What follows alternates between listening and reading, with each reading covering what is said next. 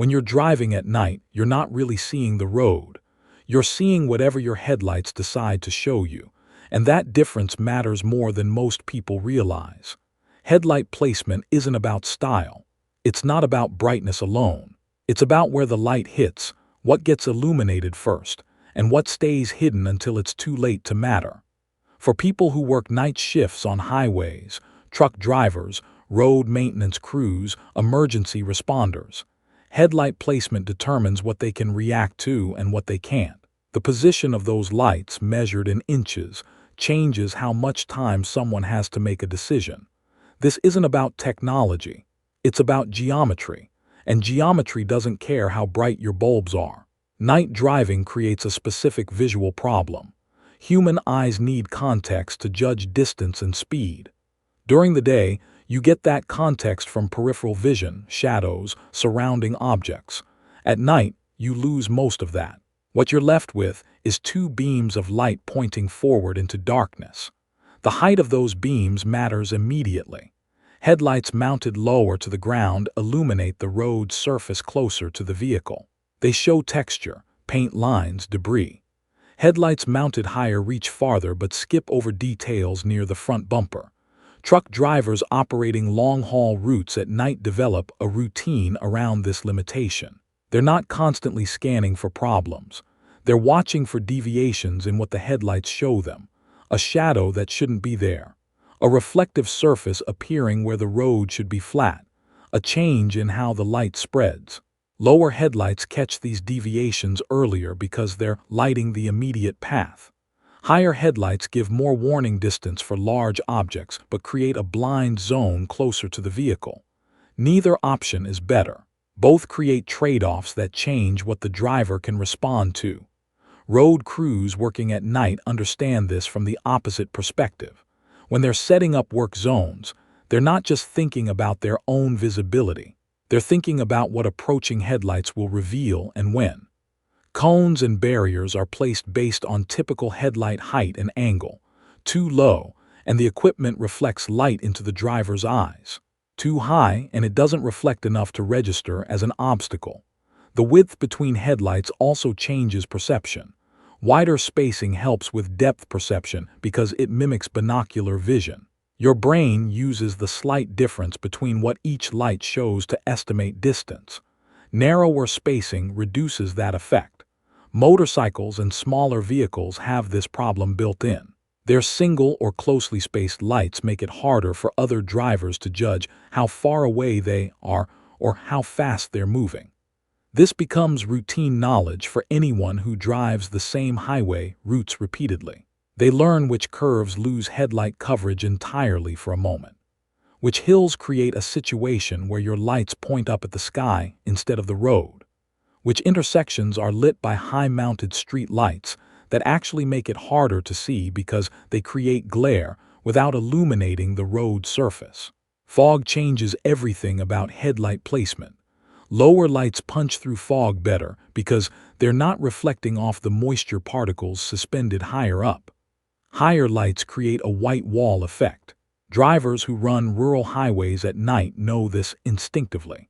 They adjust their expectations based on where their lights are mounted. Some vehicles have fog lights positioned specifically low for this reason. Others don't, and the driver just accepts reduced visibility. The routine becomes: assess what your headlights can show you, understand what they can't, and build your decisions around those limitations. Not every few seconds, constantly. When something appears in the headlight beam at night, the driver's response time depends entirely on when the lights revealed it. This is where placement becomes critical. A driver in a sedan with standard headlight height sees an object on the highway at roughly 350 feet with high beams on. A driver in a lifted truck with higher headlights might see the same object at 400 feet.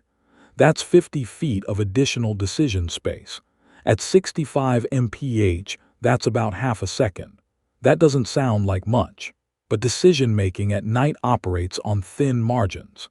Half a second is the difference between braking early enough to stop and braking hard enough to lose control.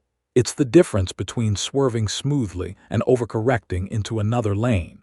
The pressure comes from knowing you're always making decisions based on incomplete information. Headlights don't show you what's beyond their range. They don't show you what's beside you unless it reflects light back. They don't show you what's directly in front of the vehicle if the angle is wrong. Truck drivers hauling freight at night deal with this constantly. Their headlights are mounted high because the cab sits high.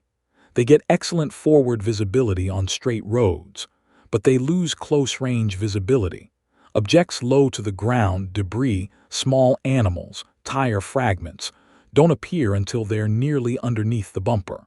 Some drivers compensate by running auxiliary lights lower on the bumper. Others just accept that they won't see certain things in time and adjust their speed accordingly. Emergency responders approaching accident scenes at night prioritize headlight angle over brightness. They need to see what's already on the road, not just what's far ahead. Many response vehicles have adjustable headlight systems that can tilt downward on approach. This isn't standard equipment. It's an adaptation based on repeated experience with situations where standard headlights didn't reveal hazards until too late. The decision logic becomes, if your headlights show you something, you have time to react. If they don't, you probably don't. So placement determines which hazards you can respond to and which you can't. Road crews understand this when they're working in active lanes at night. They position their vehicles based on headlight height patterns of typical traffic. They know that passenger vehicles will see their barriers sooner than truckers will because passenger vehicle headlights angle differently. They know that motorcycles might not register the full size of their work zone because single headlights don't give the same spatial information. This creates pressure to position equipment in ways that work for the worst-case headlight scenario, not the average one. That means more space, more reflective material, more advanced warning. Not because drivers aren't paying attention, because the geometry of their headlights might not show them critical information until they're out of decision time. Headlight placement also affects oncoming traffic judgment. Two headlights set wide apart at standard height read as a car to approaching drivers. Two headlights set close together read as a motorcycle. Two headlights set high and wide read as a truck. This instant categorization affects how other drivers behave.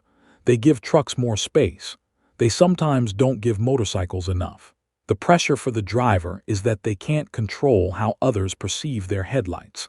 They can only work with what their own lights reveal to them.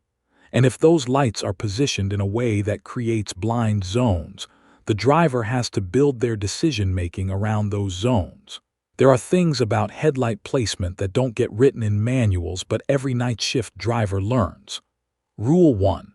You aim your headlights for the road you actually drive, not the road in theory. Factory headlight alignment is set for flat, straight pavement. Most roads aren't flat and straight. Drivers who run the same route repeatedly adjust their aim manually. Slightly downward for hilly terrain. Slightly rightward if the road has a consistent crown. This isn't official, it's just what works. Rule 2. If you're following another vehicle at night, you're not really using your headlights. You're using theirs. Their taillights give you position information. Their headlights illuminate the road ahead of both of you. Experienced night drivers position themselves to maximize what the lead vehicle's headlights reveal. Not too close. Not so far that you're back to relying on your own lights alone. Rule 3. Reflective markers on the road are positioned for standard headlight height. If your headlights are higher or lower than standard, those markers won't reflect optimally. Lifted trucks lose some reflective marker visibility because the angle is wrong. Lowered vehicles get better reflection but reduced range. This matters in fog or rain when road markers are the primary navigation reference. Rule 4. Auxiliary lights aren't about seeing more. They're about filling gaps that standard headlight placement creates. Fog lights fill the low zone. Driving lights extend the high zone. Spotlights address lateral blind zones. Drivers who add these lights are responding to specific placement problems with their factory headlights, not just adding brightness. Rule 5. If you're being blinded by oncoming headlights, It's because their headlights are aimed wrong or mounted wrong. The glare problem isn't brightness. It's angle. Headlights aimed too high or mounted too high send light directly into oncoming drivers' eyes instead of down at the road. This is worse with lifted vehicles and aftermarket headlights that weren't adjusted after installation. Rule 6. Your headlights tell other drivers what you are before you do. Wide-set high-mounted lights mean truck. Close-set low-mounted lights mean car. Single light means motorcycle. Unusual patterns mean construction or emergency vehicles. Other drivers react to these patterns before they consciously identify your vehicle type. If your headlight placement is unusual, their reactions will be unpredictable. Rule 7. When weather gets bad, headlight placement matters more than headlight power. Rain and fog scatter light. Higher-mounted lights scatter worse because they're projecting through more atmospheric moisture. Lower-mounted lights stay closer to the road surface where there's less scatter. This is why fog lights are always mounted low. Not because low is generally better, because low is better in scatter conditions. These rules exist because headlight placement creates consistent patterns that drivers learn to work with. The patterns aren't documented. They're discovered through repetition. When headlight placement works correctly for the conditions, the driver's workload decreases. They see hazards with enough time to respond smoothly. They judge distances accurately. They don't get surprised by objects that should have been visible.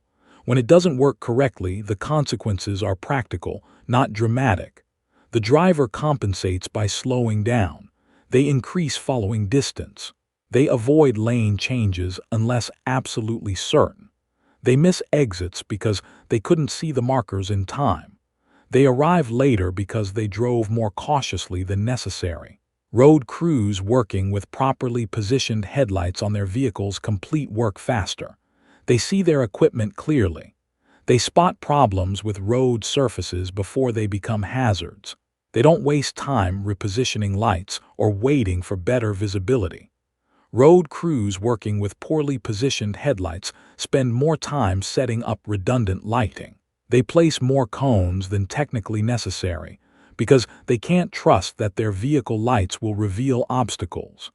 They work slower because they're constantly compensating for what they can't see clearly. For truckers running night routes, headlight placement affects fuel economy indirectly. Headlights that reveal the road properly allow for smoother driving, fewer sudden brakes, fewer acceleration events, better line choice through curves. Headlights that create uncertainty force more cautious driving with more speed variation.